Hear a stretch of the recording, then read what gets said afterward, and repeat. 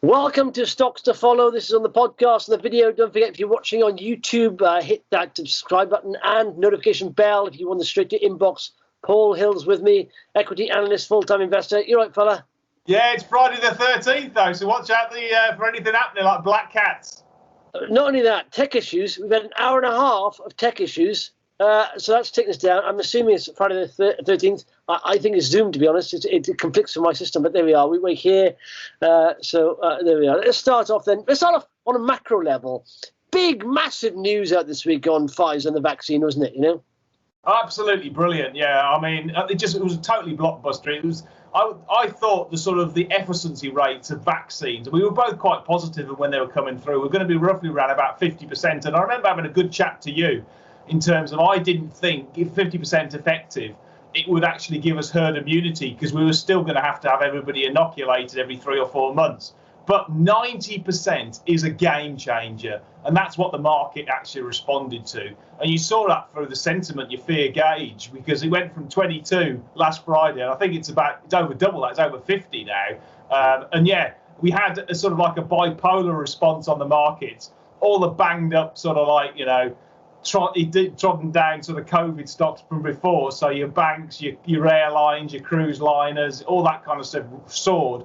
And then equally on the other side of the gauge, you had some of your big techs coming down. But I mean, I think you pointed out to me, your COVID testing stocks got a real hammering. Yeah. Well, listen, Pfizer's the first to announce, right? We've got Moderna coming out, same kind of technology. There is a distribution, there's a logistics of distributing minus 80 degrees it has to be at. It's a hurdle, but it can be done. But I think the big game changer, but when we get Moderna, figures out, I think it'll happen again. We'll see these beaten down stocks because we see the economy, getting to open back up in 6 months' time, maybe. So that's what we're seeing. I think it's a tide change. I really do. But I think the game changer after Moderna will be AstraZeneca because their vaccines can be stored at normal temperatures, pretty much 2 to 8 degrees. And we bought, and the government's bought 100 million doses of that. And that's going to be, sort of data on that coming out probably end of November, in December. But like I said, we'll have Moderna next. Again, I see a spike up in the stocks, beaten down, and then maybe settle down a bit. Then AstraZeneca, that's the game changer, I think, because that's where, like I said, that's going to really change it for us all. But right now, I'm going to do a video on the weekend called "Should You Buy the Dip?" And I said you should buy the dip if basically, it's in an uptrend. Now I see now all these like hospitality, leisure, banks, all that they will start being an uptrend now. I think they'll outperform anything else in the next 6 months. Those stocks, and I think anything to do with COVID that's relied on COVID will pretty much take a dive every time we have vaccine news coming out. And so if you're holding those stocks, put your tin hats on. I think absolutely. Yeah, I'm with you. I think one thing which is quite interesting, which I haven't heard talked about, is that 90% is so blockbusterly good. It's actually put a pretty high bar for all the other vaccines. Because if you were a government, let's just put it in perspective, and you were buying 100 million doses, would you want another vaccine that was only 50% effective and you're going to have to basically inoculate people 3 or 4 times a year? Or would you actually go for one with 90%? And the answer to that is you're going to go with one, aren't you? Well, the economics may prove to be, first of all, like I said, distribution is going to be hard. You have to set a cold, supply chain with Pfizer and Moderna's vaccines. Plus, they cost 30 quid a shot. AstraZeneca's £2 a shot. So the government spent over $1 billion on 40 million doses of Pfizer's, and they'll spend 200 million on 100 doses, 100 million doses of AstraZeneca. So the cost is phenomenal. It's 10 times.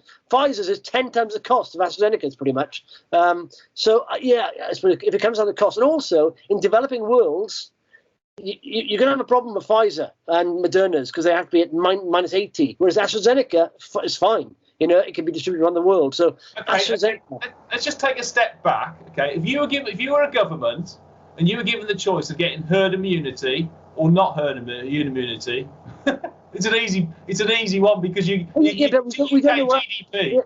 Yeah, but we don't know the rate of AstraZeneca's yet. Exactly. So that's what I've said. What I've said is 90% efficacy is quite a high bar. Oh yeah. For the rest to come onto, which is great. Let's be clear about it. It's absolutely. We both totally agree. that the beaten down stocks have now got effectively a floor underneath them and should come back well. I mean, your one, was it Escape? Should do well. I think load up on the banks, load up on travel stocks, all the good companies, load up on them. Because I think, honestly, the stock market looks 12 months down the line and it's seeing an open economy in 12 months' time, fully opened and reopened, as long as we we get some more positive data from these vaccines, which I think we will. Like Moderna is the same tech as Pfizer, and then AstraZeneca, there have been good reports coming out about that as well. There's been one sort of health safety issue, but the person that had the problem had an underlying health and safety issue. But I mean, I just genuinely think 12 months will almost be the market. I think the market will rally strongly over the next 6 months for those sectors. And of course, the economy won't get back to normal by this time next year. But of course, the market looks ahead, doesn't it? So I think the next 3 months might be a bit rocky because you're going to get sort of like negative GDP prints with the lockdowns in the UK. But I'm with you. As long as you have a longer time horizon, and 12 months, I think you'll see some very good returns on those stocks that are still in fair market. Yeah, GDP, though, looks behind, isn't it? So people are assuming we know what's happened behind. It's just, can we get back to normal? I think that hope after this year's lockdown will be good. Anyway, let's look at stocks to follow. What you got there, Paul? Start off. What you got? I actually spoke to just yesterday, and the video is now on, so I'd certainly recommend investors have a look at it. I spoke to a guy called Dr. Adam Hill. He isn't any of my relatives at all, but he's the CEO of Oncimmune, and he was talking through the actual business itself. And this is... You talked about the vaccine. It was a massive breakthrough. Well, there's another breakthrough which has happened over the last few years in medical science, and that is using your immune system to basically diagnose patients early of certain conditions, but also on personalised medicine. And now, investors have probably heard about the term personalised medicine, getting treatment specifically to people, etc. Now, when it comes to sort of like diagnosing people, when you've got cancer or you've got other conditions, sometimes you only find the symptoms and it's far too late. You've got stage 3 cancer, for instance. Now, if you actually use your immune system, firstly, to use it as a biomarker, what I mean by a biomarker is basically like an early warning system that this patient has already got cancer, then you can bring forward that diagnosis, bring it forward by 4 years. And what that means, using their immunodiagnostic technology, is that the treatment cost and the patient's outcomes, the actual beneficiaries, is just massively better. So instead of actually having having to spend $300,000 on a discrete drug, etc., you've treated them very early, and he's had a much better quality of life. So this is why it's a huge immuno anything is a bit like the internet back in 2000, and like this vaccine. It's a massive game changer for the medical world because it allows personalized medicine and it allows the early diagnosis of multiple conditions, whether it's oncology, which is cancer, or autoimmune or infectious diseases like COVID. And what you're using, the single most important thing the investors should go away is what you're using is your immune system to identify that individual, whether he has a particular condition about multiple years earlier. Now, just to give you numbers, this is a really hot area, not surprising for investors because it really is breakthrough science. Now, in oncology alone, one of the biggest players is Illumina, and it basically bought a company called Grail a couple of months ago for $8 billion.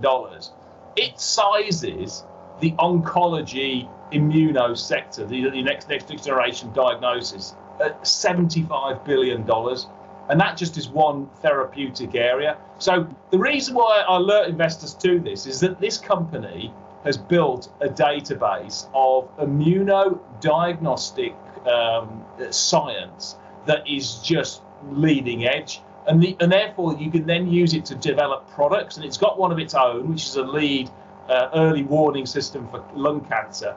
But it's really using that to showcase its technology, and it's going to then sell the data and the information it gets from its platform, its immunodiagnostic sort of like information bank, to other. Whether it's to drug discovery companies, whether it's to other test developers going forward, and they could. They're worth about 110 million pounds at the moment at a share price of about 180.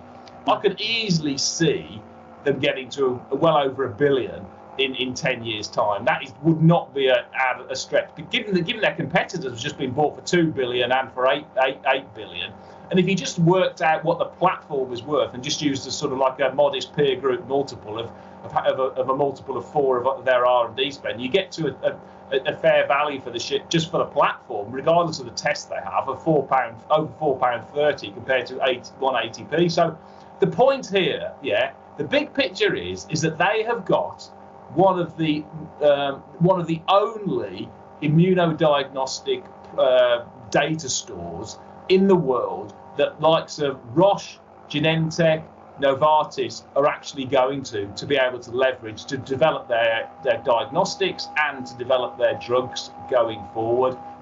So they're in a brilliant position, and even better, this thing is improving itself, enhancing as it goes on, because when they do tests and take samples like biopsies from their clients, they then store that information. It adds to the database. It makes it bigger. It makes it deeper, and it gives them more beneficial data with AI on top for their clients and for the medical world. It's like it's like one of those things. It just gets better and better, and somebody else is paying for it. So. Yeah. I would strongly recommend. I know you're chatting to Adam at some time going forward. Yeah, I chatted to him a while back actually. I was very impressed with the system, but it was one of the things I couldn't quite get my head around it, I don't suppose. But have I explained it to you? Yeah. You being part of the family, being part of the family there, you should know a lot about it. Because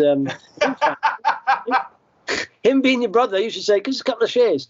But Oncimmune, ONC's ticker there, isn't it? So put that in your watch list, and it's been followed actually on thing. Do you know what? I want a quick mention. I'm not going to get too much detail because they're on the podcast today. But Galliford they've refocused the business into construction. They're going to be profitable next year. They're literally their market cap at the moment is below the net asset value. But like I said, they are doing well. They're sort of refocus it because they sold off the home building part of it. But they've had, even with lockdown, they've been doing very well. And you should check out, they did a AGM statement out today, and their cash levels are at the top end of where their guidance was. I always like that. And like I said, profitability next year. And literally, you can see they've been hammered the share price, but they're now flatlining. But today, one of the biggest rises, I think people are starting to see that they're making progress here. Like I said, with profits coming next year and a big cash pile there, no debt, then I think people are understanding it a bit more. But Galliford worth looking at, definitely. Well, just on that, my father made a shed load of money out of Galliford a few years back, so he's a real big fan. And you're right, as long as with good management team, it's a beaten down stock. If you look at a 3 to 5 year period, then you can do really well out of that. Yeah, well, just in construction now, and they've got some big chunky contracts. I mean, worth looking over their news of late, because it's worth chart-wise, ideal. It's starting to flatline, starting to pick up a little bit, but it seems like the bottom has been touched, and we're bouncing off that now. So have a look at it. Go on, what's the next one from you, Paul? Well, you and I both own it. Rosslyn Data Systems. Yeah. Data technology. I mean, they announced that they just won a large 3-year contract with a UK grocer and a general merchant. Now, I don't know who that is, but that was sort of like, it was UK and Ireland based, so it's either Tesco's or M&S or somebody of that ilk. And it's what effectively they've sold them is a point software solution that allows them to do all of the Brexit documentation, so the customs, calculating tariffs, collecting import-export duties, all seamlessly and automated. And the other advantage of it, then it allows you effectively a bridgehead into the account to give you, to land and expand and to sell up the big data and the AI technology, plus any future cost-saving software. So it's taken the shares up by about a pence, 1p this week, from about 5.25p to about 6.25p. But it's just really a statement of intent. I still think they're very cheap. They're only trading on about 2 times sales compared to the sector on about 5. And they've got. I understand they've got the pipeline is good, so it's a matter of sort of converting that. And all I'd say is it's have another. It's a great customer to have. I have a fair value of 10p. The shares are at 6.25. I've got a lot of shares. There's no reason for me. I'm just going to carry on holding because I think they're going to do a great job. Well, sometimes obviously they can't say how much the contracts are worth, but I always get slightly annoyed when you see a contract with a big person and you can't have any idea how much it's worth. Any idea? What's your thoughts on that or not? Well, I don't think it's material, as in to move the dial. But okay. the point is, it's a big blue chip customer who's using the and direction of travel. They aren't going to be the only sort of company who needs Brexit custom software. I mean, anybody in the UK is going to want to automate it. And because of COVID, there's been other priorities. So you can see that part of the business doing really well. The big data side from other channel checks from D4T4 is doing well. So I think that and obviously the cost reduction platform they have on the supply chain, again, that should be doing well also. So I'm sure their pipeline is very ripe for plucking and to convert into hard orders going forward. There's been a bit of an air pocket over the last 6 months, as there has been across the whole B2B enterprise space because of COVID. But that's not lost. It's just deferred. The pent-up demand, I think they're going to have a really good 2021, 2022, like most of the other software stocks we talk about, because corporates haven't yet spent but still need to. They're in a perfect space. Software, it saves company, sort of like time, resource and cost. Mm-hmm. Yeah, RDT, that's the third one to follow there. Do some research. Any others? Yeah, well, another one I own, and I own quite a few shares, is Equals Group, which is basically the old Fair FX, and they had a landmark contract with HomeSend today, this week earlier, which is majority owned, I believe, by Mastercard. So this is a real sort of blue chip customer, and they're using Equals' bank grade software and straight through processing technology to do their UK bank transactions from their clients all the way around the world. Now, this is what they call a B2B2B deal. So effectively, they're selling it into HomeSend, who are also effectively, they're using it as their platform to do their back end.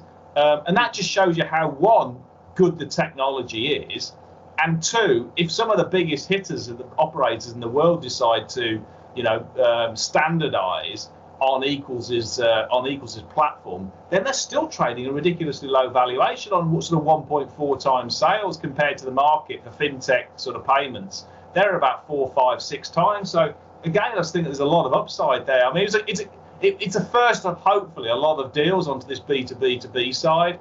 But it's another flagship contract. EQLS jumped up this week, didn't it? From a couple of pence up there. It's nice. It's had a couple of niggly sellers in the background who have just dumped stock onto the market. But once it's reached the base, and again, it should be a big beneficiary next year through pent-up demand, because as their customers start spending more and travelling more, and you have corporate, because they've been hit as people haven't been able to go on foreign holidays, and also because business people haven't been able to stay in hotels and travel. But a lot of that will come back next year, and their B2B customers, their corporate clients, will are growing in terms of using more and more digital payments. Yeah, absolutely. Yeah, I think it's going to be. 2021. I'm quite bullish on. I've been saying that for the last 2 or 3 weeks. I've had a rubbish 2020, and I've written it off, even though it's had a good bounce this week. And I'm just going to put it down as one of those years that you just want to forget. But I'm really bullish on 2021 because most of my stocks, I haven't got to buy anymore. I've done my portfolio is almost perfectly placed to benefit. So it might not happen, but I'm very, very comfortable. And another one is which came out on Monday, and we've been talking about these for some time. But UK house builders, Taylor Wimpey. I own quite a few shares in them, particularly because they build houses. 90% of their portfolio is house building rather than flats, etc. So you've got that sort of balance, that move and shift towards people wanting a bigger property for home working and also a garden. And they came out, surprise, with they're selling more properties at higher prices than they'd previously expected. So they had a big trading update Monday that they said they were going to hit the top end of their analyst expectations for this year, and then they were going to be well above the top end of consensus for 2021. And so the shares have rallied from about 110 to about 145, I think. But even on my modest expectations for next year, they're still only on 1.3 times book, and that's less than the peers, about 1.4, 1.5. PE ratio is less than 11 times for next year, and they're going to pay a dividend, and they've got 500 million of cash on the balance sheet. I mean, I just don't think there's much downside unless you believe the housing market's going to have a real problem next year, which I don't now because we've got the vaccine breakthrough. Then these guys should do well. You're never going to 10 times your money on it. But hey, there's some you've got to have I like a portfolio where you've got some good multiple opportunities, i.e. stocks like Equals, like Elecosoft and Rosslyn, which can 2, 3, 4 times your investments. But equally, I like some stocks that can sort of go up 50%, even 100% over 5 years because they're big cap, they're more solid, more stable, and Taylor Wimpey, in my view, falls into that cap. Yeah, well, you say that they're more solid, more stable. But I've seen some pretty volatile times amongst the big stocks. But having said that, I think Taylor Wimpey and all that, their stamp duty freeze, isn't it, until next March? Is that right? Yes, that's right. Yeah, but it'll be extended. I mean, there's no way the Chancellor's going to... If it's not extended, I can't see the market drop off a cliff. I think, if anything, people will try and rush and try and get something done. Yes. It won't drop off a cliff afterwards because it'll just go back to normal if that's the case. But it may be extended, yeah. But they've got to get some money in the coffers that the bank have there, or the government. They are in debt a little bit. They will, but not so soon. They're just going to... I mean, if you're not going to push us into a recession. The housing market is just too important for the UK economy to take your foot off the pedal at the moment. That construction, which is your Galliford try, and the UK housing market employs so many people, not only directly but more so indirectly. And so I just cannot. I mean, and also the repair and maintenance industry and stuff off the back of it. It's just absolutely crucial. He's an astute guy, the Chancellor, and he realises that there's a few sectors which are strategic to the UK economy, and housing market has a huge wealth effect, because if your house is going down, you feel as though you're losing money, and therefore you pull back your horns. If it's going up, you then think, okay, I'm actually going to spend a few because my house has gone up by a few £1,000s. There's no way he's going to risk a second recession on the back of taking the housing market down. I just cannot see. It'd be stupid. Yeah. Well, do you know what? That's why, I mean, for housing or that area, that's why I'm investing on the market. OnTheMarket.com. I just think it's ridiculous, the comparison now. I mean, if we look at the amount of agencies they have committed Rightmove. Rightmove is 90 times the valuation, 90 times the valuation on the market. They have about close to 20,000 agencies on their books, Rightmove. On the market, got over 14,000 now. All right, their website traffic is going up. They charge a third of Rightmove. They're 65% owned by estate agents, and they get. I've got exactly 2 filters exactly set up for Rightmove on the app and on the market, and they're now getting. I'm getting pretty much a similar amount of inquiry, property sending me on a weekly basis, and I'm thinking that shows stock levels on the market is very good. And so I'm just thinking, there's no way, there's no way they're worth 90 times less than the Rightmove at the moment. And after a while, of course, they've got quite a few agencies on reduced rates or free rates, but they're converting those people. And when they can show them, that their leads is very good and is worth a lot of money to them, most agencies, I think, will have 2 portals on the market. But then, of course, their loyalty, agencies' loyalty, is going to be towards on the market, because they'll have shares in on the market, and they offer up these new and exclusives, often 24 hours ahead of Rightmove. And I get them, I see them, and wow. And then on the market, and then Rightmove send me an email about 24 hours afterwards with the same property. And I'm thinking, wow, there's such a big gap between the valuation of Rightmove and the valuation on the market. It's ridiculous. And like I said, first time they made a profit last year, so I think it's looking good. The metrics are stacking up. Everything's in the right direction.